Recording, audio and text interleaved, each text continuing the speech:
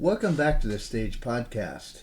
This week we are continuing our exploration of self-trust. But before we talk about rebuilding self-trust, I think we need to examine something deeper. Because most people are asking the wrong question. They ask, how do I trust myself again? But perhaps the more important question is, how did I stop trusting myself in the first place?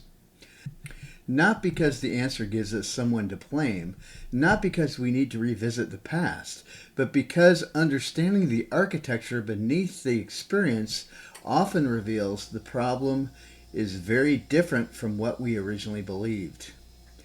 Most people assume self-trust disappears because they make mistakes, a business decision that doesn't work, a relationship that ends unexpectedly, a career move that fails to deliver what was promised, a financial risk that creates consequences. And certainly those experiences can shake confidence, but confidence and self-trust are not the same thing. Confidence is often based on outcomes. Self-trust is based on relationship. And many people who no longer trust themselves don't lose that trust because of a failure. They lost it because they gradually stopped consulting themselves. What's fascinating is how normal this process appears while it is happening. In fact, most of us are rewarded for it. From an early age, we begin receiving messages about what matters. Messages about success. Messages about achievement. Messages about responsibility. Messages about the kind of person we should become. Messages about what a meaningful life is supposed to look like. Some of these messages come from loving parents. Some come from teachers. Some come from culture. Some come from religion. Some come from professional environments. Some come from social media. Some come from observing the people around us.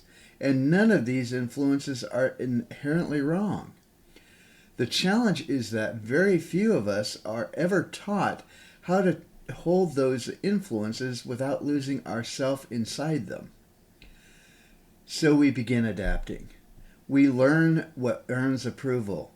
We learn what creates belonging. We learn what avoids criticism. We learn what gains recognition. We learn what makes people proud of us. And adaptation slowly becomes identity. At first, this seems completely harmless. In many ways, it helped us function in the world. But there's a subtle cost.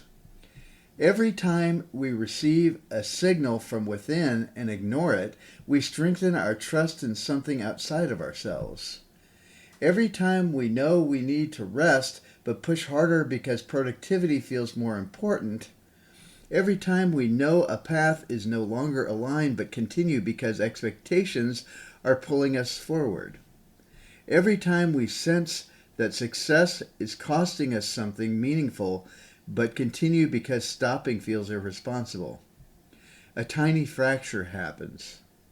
Most people don't notice it because the consequences aren't immediate. Life often continues functioning. Careers continue growing. Responsibilities continue being met. Goals continue being achieved. From the outside, everything may look successful, but internally, something else is happening. A quiet separation begins. That separation between what we know and how we live. And the longer the separation exists, the more difficult it becomes to hear ourselves clearly. Not because our inner knowing disappears, but because we become increasingly fluent in other voices. Think about how much time highly successful people spend listening externally. Market trends, industry forecasts, leadership experts, performance metrics, professional expectations, clients' needs, family obligations, economic uncertainty, news cycles, social expectations. There's nothing wrong with any of those things. But eventually a question emerges, a question many people have never actually asked. When was the last time I listened to myself with the same level of attention I give everything else?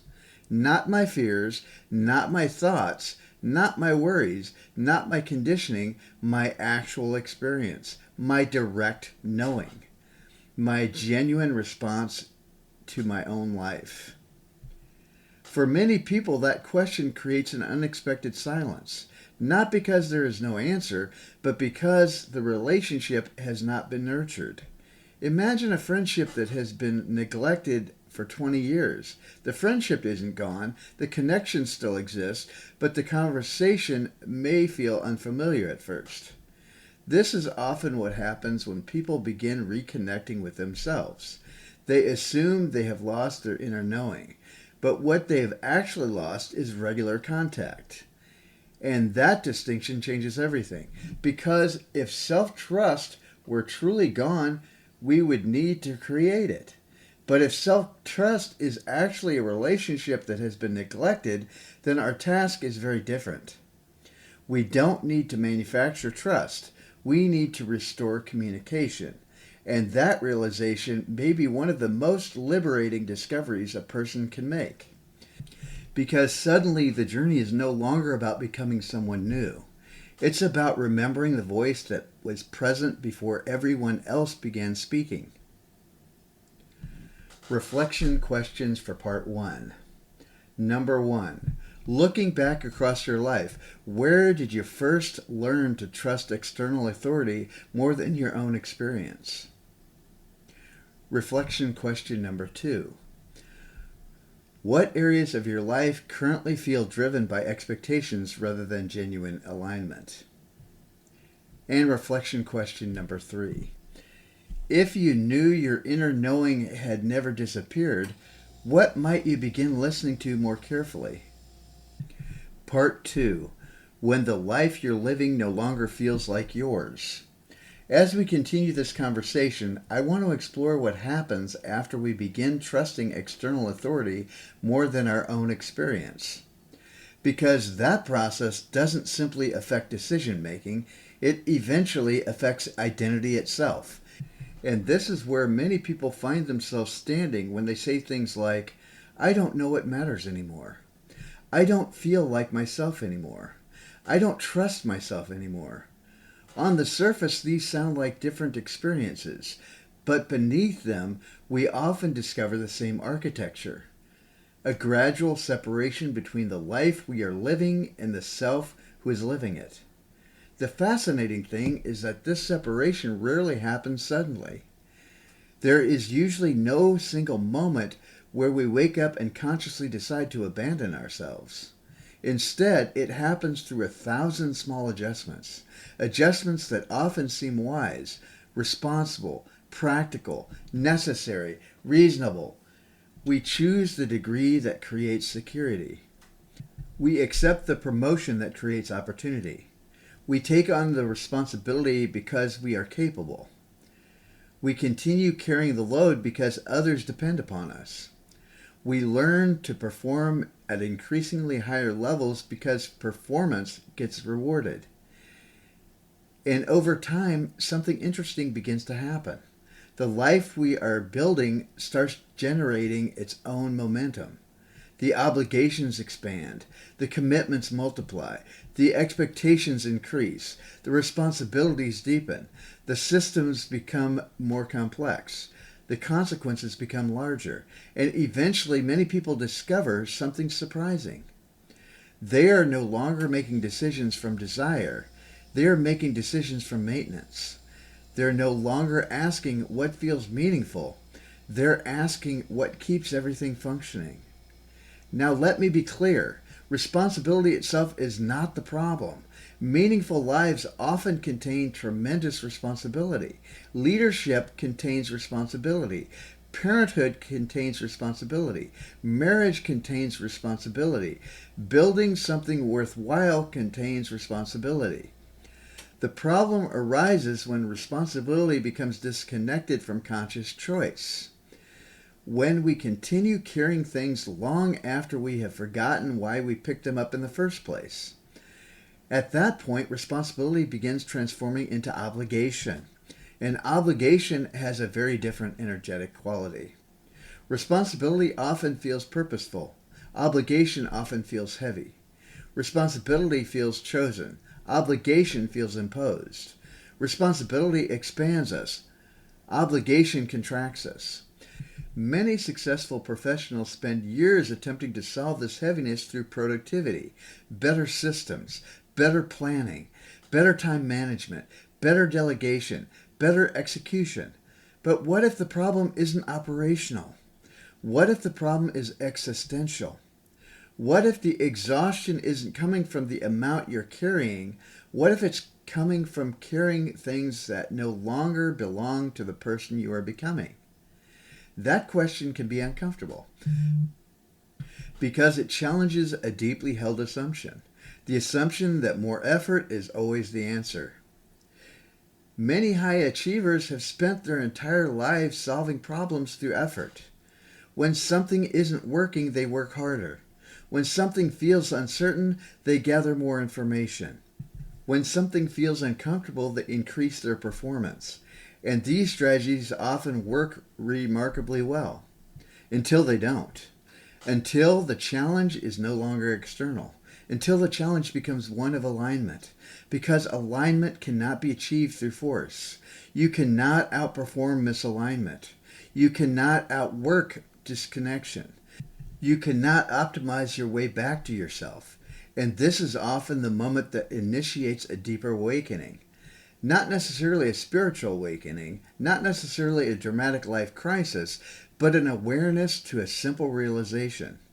The life I built may not fully reflect the person I am becoming. For some people, that realization appears in the boardroom. For others, during retirement. For others, while sitting quietly after achieving a goal they spent years pursuing. The goal arrives, the achievement arrives, the success arrives, and yet something unexpected remains. The feeling that something important is still missing. Most people interpret that feeling as ingratitude. They think, I should be happier. I should be more fulfilled. I should appreciate what I've accomplished. But perhaps that feeling is not ingratitude at all. Perhaps it's information. Perhaps it is awareness attempting to reveal something important. Because awareness often arrives before clarity. The discomfort appears first. The questions appear second. The understanding appears later. The problem is that most people become so focused on eliminating discomfort that they never investigate what it might be trying to reveal. Yet discomfort can be extraordinarily intelligent, especially when it appears repeatedly, especially when it follows us despite achievement, especially when it remains present despite external success. Sometimes discomfort is not asking to be eliminated. Sometimes it's asking to be understood. And often what is revealed is this. The person who created your current life may not be the same person who is now living it. Let that possibility settle for a moment. The version of you who made certain decisions 10 years ago was operating from a different level of awareness, different experiences, different priorities, different assumptions, different fears, different aspirations, different understandings of what mattered. Growth changes us. Awareness changes us. Experience changes us. And yet, many people continue living according to agreements they made with an earlier version of themselves. Not because those agreements were wrong, but because they were never paused long enough to ask whether they still fit. This is one of the hidden reasons self-trust begins eroding. Because when our outer life no longer reflects our inner reality, we begin receiving conflicting signals. Part of us knows something is changing. Part of us continues maintaining what has always been. And eventually the tension becomes impossible to ignore. Not because something is broken, but because awareness is evolving. The invitation is not necessarily to dismantle your life. It is to become curious about it. To begin asking new questions. To examine assumptions that have gone unquestioned. To investigate priorities that have become automatic. To notice where obligation has quietly replaced alignment. Because the goal is not to abandon responsibility, the goal is to reconnect responsibility with authenticity. And when these two begin moving together again, something remarkable happens. Energy starts returning, clarity begins emerging, and the relationship with yourself starts becoming visible once more. Reflection questions for part 2. Reflection question number 1. What responsibilities in your life feel deeply chosen, and which ones feel inherited, assumed, or automatic? Reflection question number 2. Where have you been trying to solve a problem with more effort when the real invitation may be greater alignment? Reflection question number 3. If you were building your life from today's awareness rather than yesterday's assumptions, what might you begin questioning? Part 3. The return to inner authority. As we bring this conversation to a close, I want to leave you with what may be the most important realization of all. Nothing we have discussed today suggests that something is wrong with you. Nothing suggests that you have failed. Nothing suggests that you have somehow lost your way. In fact, what if the experiences we've explored today are not evidence of failure at all? What if they are evidence of growth? Think about that for a moment. Most people assume that feeling disconnected from themselves means they have made a mistake somewhere, that they have drifted off course, that they need to figure out how to get back to who they used to be. But what if that isn't what's happening at all? What if the discomfort you've been feeling is not a sign that something is broken? What if it's a sign that awareness is evolving? Because awareness has an interesting effect on human beings. It changes what we can tolerate. It changes what we can ignore. It changes what we can pretend not to know. Once awareness expands, certain things become impossible to unsee. The job that once felt meaningful may begin feeling incomplete. The achievement that once felt fulfilling may no longer satisfy. The priorities that once seemed obvious may begin feeling uncertain. The identities that once felt solid may begin feeling restrictive. And because these experiences can feel uncomfortable, many people assume something has gone wrong. But perhaps something is finally going right. Perhaps awareness is revealing the gap between who you have been and who you're becoming. And that gap can feel profoundly disorienting. Not because clarity is absent, but because the old clarity is dissolving before the new clarity has fully emerged. This is one of the most misunderstood phases of transformation. People expect clarity to arrive first, then change, then growth. But often the sequence is reversed. Awareness arrives first. Confusion arrives second. Clarity arrives later. We experience the dissolving before we experience the rebuilding. The old map stops working before the new map appears. And if we don't understand that process, we can easily misinterpret it as failure. When in reality, it may be a natural stage of awakening. Not awakening in a mystical sense, awakening in the most practical sense imaginable. Awakening to the possibility that your life is asking for a deeper level of honesty. An honesty that cannot be outsourced. An honesty that cannot be delegated. An honesty that cannot be achieved through performance. Because eventually every human being arrives at a threshold, a moment where external authority reaches its limit, where advice reaches its limits, where expertise reaches its limits, where achievement reaches its limit. Not because these things lack value, but because none of them can answer the most important questions for us. Only direct experience can do that. Only awareness can do that.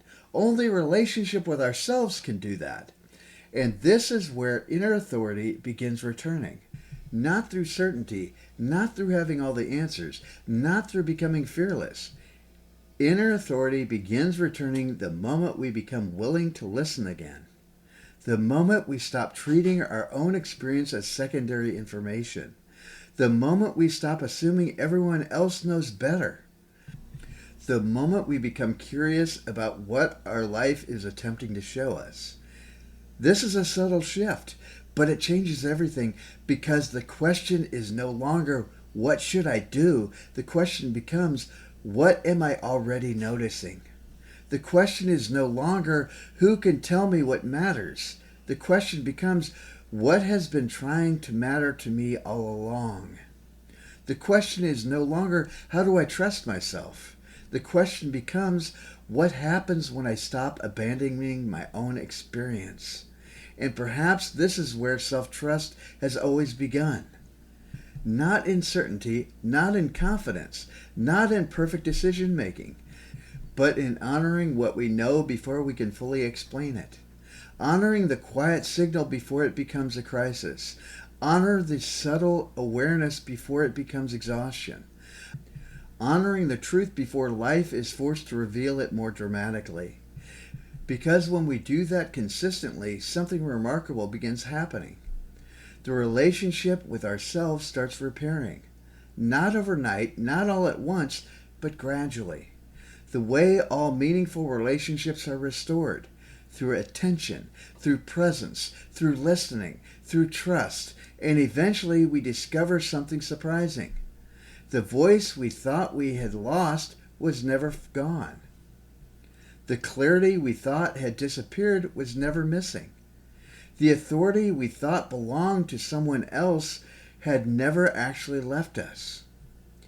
It had simply been buried beneath years of expectation, adaptation, achievement, responsibility, performance, and noise. And as those layers begin falling away, we discover that the deepest wisdom in our lives has been waiting patiently beneath them all along. Not demanding, not forcing, simply waiting. Waiting for us to listen. Final reflection questions. As we close today's conversation, I'd like to leave you with 3 questions to sit with this week. Reflection question number 1. What part of your life currently feels most out of alignment with what you know to be true? Not what you think, not what others expect, what you actually know. Reflection question number 2. What truth have you been sensing repeatedly that you continue postponing, explaining away, or overriding?